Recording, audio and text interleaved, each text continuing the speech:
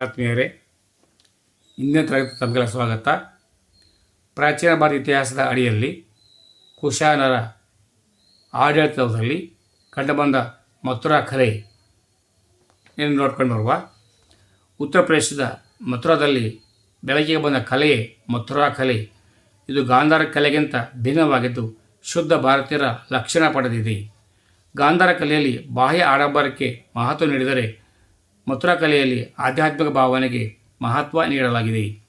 ಕೆಂಪು ಶಿಲೆಯಲ್ಲಿ ಶಿಲ್ಪಕಲೆ ರಚನೆ, ಸ್ತ್ರೀ ಪುರುಷ, ಜೈನ ತೀರ್ಥಂಕರರ, ಬೋಧಿಸತ್ವರ, ಬುದ್ಧನ, ಬ್ರಹ್ಮ, ವಿಷ್ಣು, ಶಿವ, ಸೂರ್ಯ, ಯಕ್ಷ, ಯಕ್ಷಿಣಿ ಕೆತ್ತನೆ ಇದು ಲಕ್ಷಣಗಳು. ಇಲ್ಲಿ ಜೈನ ತೀರ್ಥಂಕರ ವಿಗ್ರಹಗಳ ದೊರೆತಿದ್ದರಿಂದ ಇದು ಜೈನ ಕೇಂದ್ರವಾಗಿತ್ತೆಂದು ತಿಳಿದು ಬರುತ್ತದೆ. ಈ ಕಲೆಯಲ್ಲಿ ಬುದ್ಧನ ಸ್ವತಂತ್ರ ವಿಗ್ರಹಗಳನ್ನು ಕೆತ್ತಲಾಗಿದೆ. ಕನಿಷ್ಕನ ತಲೆಯಿಲ್ಲದ 67 ಇಂಚು ಉದ್ದದ ನಿಂತ ಭಂಗಿಯ ಉದ್ದನೆಯ ಕೋಲಿನ ಬೂಟು ಧರಿಸಿದ್ದಾನೆ. ಆದರೆ ಪೀಠ ಭಾಗದಲ್ಲಿ ಕಾನಿಷ್ಕನ ಹೆಸರು ಕೊರೆಯಲಾಗಿದೆ. ಇದು ಈಗ ಮಥುರಾ ಮ್ಯೂಸಿಯಂನಲ್ಲಿ ಕಂಡುಬರುತ್ತದೆ. ಮಥುರಾ ಕಲೆಯಲ್ಲಿ ಬುದ್ಧನನ್ನು ಯೋಗಿ ಭಂಗಿಯಲ್ಲಿ ಚಿತ್ರಿಸಲಾಗಿದೆ. ಆತ ಪದ್ಮಾಸನದಲ್ಲಿ ಕುಳಿತು ಧ್ಯಾನಾಸಕ್ತನಾಗಿದ್ದಾನೆ. ಹೆಚ್ಚಾಗಿ ಬ್ರಾಹ್ಮಣ ಧರ್ಮದಿಂದ ಪ್ರಭಾವಿತವಾಗಿದೆ. ಮುಂದೆ ಕಲೆ ಗಾಂಧಾರ ಕಲೆಗೆ ಸ್ಫೂರ್ತಿಯಾಯಿತು.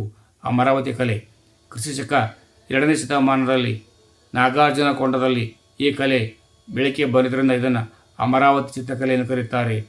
ಕುಶಾನರ ಕಾಲದ ರಾಜಕೀಯ ಮತ್ತು ಆರ್ಥಿಕತೆ. ಕುಶಾನರು ತಾವು ದೇವಪುತ್ರರೆಂದು, ದೇವಾಂಶ ಸಂಭೂತರೆಂದು ಭಾವಿಸಿದ್ದರು. ಇದನ್ನು ಅವರ ನಾಣ್ಯಗಳ ಮೇಲಿನ ಅವರ ಬಿರುದುಗಳಾದ ದೇವಪುತ್ರ, ಕೈಸರ್, ಶಾಹಿ, ಶಹಾನುಶಾಹಿ, ರಾಜರಾಜೇಶ್ವರ, ಮಹೇಶ್ವರ ಸಮರ್ಥಿಸುತ್ತದೆ. ಇವರ ಆಡಳಿತದ ವಿಶಿಷ್ಟ ಪದ್ಧತಿ ಎಂದರೆ ದ್ವಿರಾಜತ್ವ. ರೋಮ್ನಲ್ಲಿ ಭಾರತೀಯ ಸಾಂಬಾರ್ ಪದಾರ್ಥಗಳಿಗೆ ರೋಮ್ನಲ್ಲಿ ಭಾರಿ ಬೇಡಿಕೆ ಇದ್ದುದರಿಂದ ಇವರನ್ನು ಭುವನ ಪ್ರಿಯರು ಎಂದು ಕರೆಯುತ್ತಿದ್ದರು. ರೇಷ್ಮೆ ಮಾರ್ಗ. ಭಾರತದ ರೇಷ್ಮೆಗೆ ರೋಮನ್ ಸಾಮ್ರಾಜ್ಯದಲ್ಲಿ ಅಧಿಕ ಬೇಡಿಕೆ ಇತ್ತು.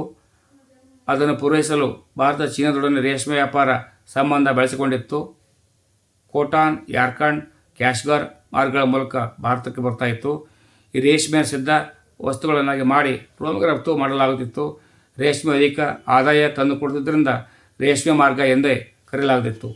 ಈ ರೇಷ್ಮೆ ಮಾರ್ಗವು ಕುಶಾನರ ಹತೋಟಿಯಲ್ಲಿತ್ತು. ಇದು ಚೀನಾದಿಂದ ಹೊರಟು ಮಧ್ಯ ಏಷ್ಯಾ, ಅಫ್ಘಾನಿಸ್ತಾನ್, ಇರಾನ್ಗಳ ಮೂಲಕ ಆಗ ರೋಮನ್ ಸಾಮ್ರಾಜ್ಯಕ್ಕೆ ಸೇರಿದ್ದ ಪಶ್ಚಿಮ ಏಷ್ಯಕ್ಕೆ ಅಂದರೆ ಮೆಡಿಟರೇನಿಯನ್ ಸೀ ಪೂರ್ವಕ್ಕೆ ಹೋಗುತ್ತಿತ್ತು. ಇದರ ಬಡತನ ಹೊಂದಿದ ಕುಶಾನರು ಸಂಕಟದಿಂದ ಅಪಾರ ಸಂಪತ್ತು ಗಳಿಸಿದ್ದರು. ಪ್ಲಿನಿ ಪ್ರಕಾರ ಭಾರತದ ಮಸ್ಲಿನ್ ಬಟ್ಟೆಗೆ ಅಧಿಕ ಪ್ರಮಾಣ ಚಿನ್ನ ಭಾರತಕ್ಕೆ ಹರಿದು ಬಂತು. ಜಾವಾದ ಬೋರ್ ಬುದರ್ನಲ್ಲಿ ವಿಶ್ವವಿಖ್ಯಾತ ಬೌದ್ಧ ಸ್ತೂಪವಿದೆ. 1857ರ ಸಿಪಾಯಿ ದಂಗೆ ನಾಯಕನು ಮಹಾವೀರ ಸ್ವಾಮಿ ಬುದ್ಧನು ನಿರ್ಮಾಣ ಹೊಂದಿದ ಸ್ಥಳ ಕುಶಿನಗರವನ್ನು ಪುನರುತ್ಥಾನಗೊಳಿಸಿದ. 1891ರಲ್ಲಿ ಶ್ರೀಲಂಕಾದ ಆಂಗಾರಿಕ ಧರ್ಮಪಾಲನಿಂದ ಮಹಾಬೌದ್ಧ ಸಂಘ ಸ್ಥಾಪನೆ ಆಯಿತು. ಇದು ಭಾರತದಲ್ಲಿ ಬೌದ್ಧ ಧರ್ಮದ ಪುನರುತ್ಥಾನಕ್ಕೆ ಬಹಳಷ್ಟು ಶ್ರಮಿಸಿತು. ಇದು ನೂರಾರು ವರ್ಷಗಳಿಂದ ವಿಕ್ಟೋರಿಯಾ ಮತ್ತು ಆಲ್ಬರ್ಟ್ ಮ್ಯೂಸಿಯಂಗಳು ಇದ್ದುದು ಬುದ್ಧನ ಅವಶೇಷಗಳನ್ನು ಭಾರತಕ್ಕೆ ತಂದಿತ್ತು. 1959ರಲ್ಲಿ ಟಿಬೆಟಿನ ಧರ್ಮಗುರು ದಲೈ ಲಾಮಾ ಭಾರತಕ್ಕೆ 50,000 ಟಿಬೆಟ್ ಬೌದ್ಧರು ಮತ್ತು 1,000 ಭಿಕ್ಷುಕಗಳೊಂದಿಗೆ ಓಡಿ ಬಂದರು. 1956ರಲ್ಲಿ ದಲಿತ ನಾಯಕ ಅಂಬೇಡ್ಕರ್ ಬೌದ್ಧ ಭಿಕ್ಷು ಕುಶಿನಗರದ ಚಂದ್ರಮಣಿ ದಿವ್ಯ ಸಾರಥ್ಯದಲ್ಲಿ 5 ಲಕ್ಷ ದಲಿತರೊಂದಿಗೆ ಬೌದ್ಧ ಧರ್ಮಕ್ಕೆ ಮತಾಂತರಗೊಂಡರು. ಹೀನಯಾನ ಮತ್ತು ಮಹಾಯಾನ ನಡುವಿನ ವ್ಯತ್ಯಾಸ. ಈಗ ಹೀನಯಾನ ನೋಡ್ಕೊಂಡು ಬರುವ, ಆಮೇಲೆ ಮಹಾಯಾನ ನೋಡುವ. ಒಂದನೇದು ಕನಿಷ್ಕ ಮಾರ್ಗ, ಹೀನಯಾನ. 2 ಸಾಂಪ್ರದಾಯಿಕ ಪಂಥ. ಬುದ್ಧನ ತತ್ವ ಬೋಧನೆಗಳನ್ನು ಚಾಚು ತಪ್ಪದೆ ಪಾಲಿಸಿಕೊಂಡು ಬಂದಿದೆ. ಪರಿಶುದ್ಧವಾದ ಮೂಲಧರ್ಮವಾಗಿದೆ. ಬುದ್ಧನನ್ನು ಕಮಲ, ಆನೆ, ಚಕ್ರ ಇತ್ಯಾದಿ ಲಾಂಛನಗಳ ಮೂಲಕ ಪೂಜಿಸುತ್ತಿದ್ದರು. ಹೀನಯಾನವು ಯಾವುದೇ ಧರ್ಮ ಪ್ರಭಾವಕ್ಕೊಳಗಾಗದೆ ಮೂಲ ಸಿದ್ಧಾಂತ ಪಾಲಿಸಿಕೊಂಡು ಬಂದಿದೆ. ಬುದ್ಧನನ್ನು ವಿಗ್ರಹಗಳ ಪೂಜನೆ ಕೈಗೊಳ್ಳಲಿಲ್ಲ.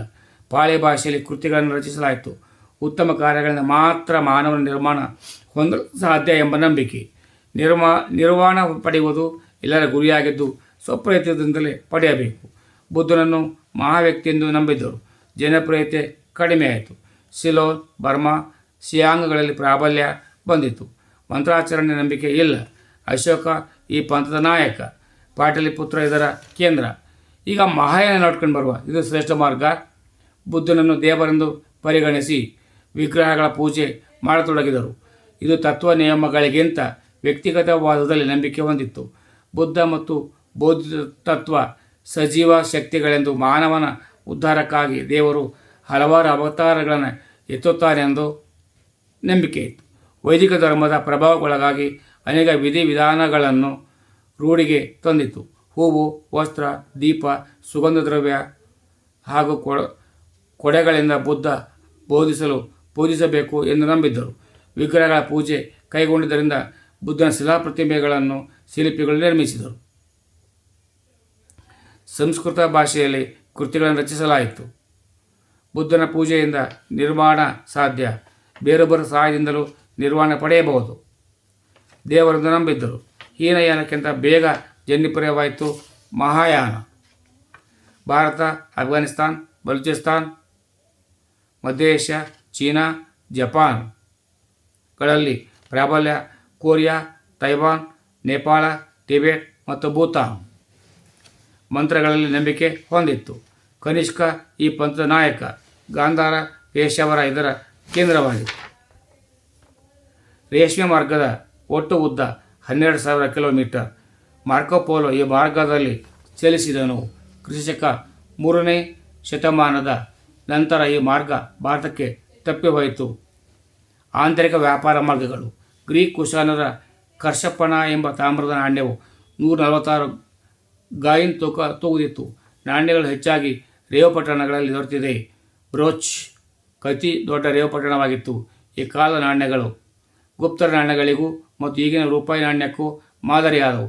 ಸಿಂಧು, ಕರ್ನಾಟಕ ಹಾಗೂ ಬಿಹಾರಿನ ದಾಲ್ಪುರ್ ಗಣಿಗಳಿಂದ ಚಿನ್ನ ಪಡೆಯುತ್ತಿದ್ದರು. ಧನ್ಯವಾದಗಳು. ಜೈ ಕರ್ನಾಟಕ, ಜೈ ಭಾರತ್ ಮಾತೆ. ಸರ್ವರಿಗೂ ಶುಭವಾಗಲಿ. ಸರ್ವೇ ಜನೋ ಸುಖಿನೋ ಭವಂತು.